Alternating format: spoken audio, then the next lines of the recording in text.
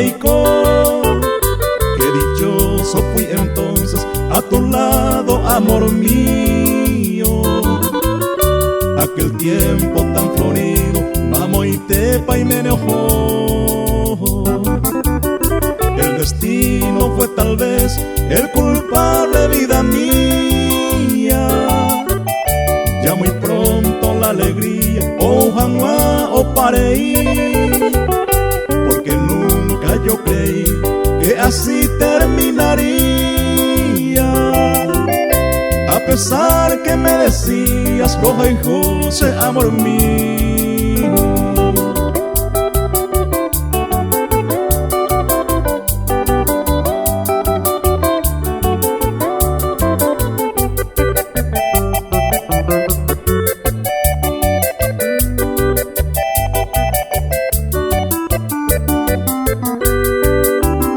Aunque lejos ya te encuentres, yo te sigo adorando.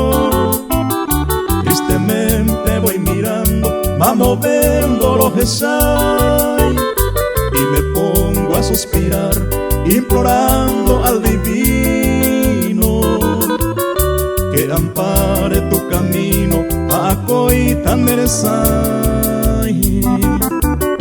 Ya mi pluma va hilvanando esta última estrofa, y quizás la última vez debe Aisha Purajé. No quisiera que mis versos impacienten tu existencia. Solo quiero recordarte del ayer, se en mí.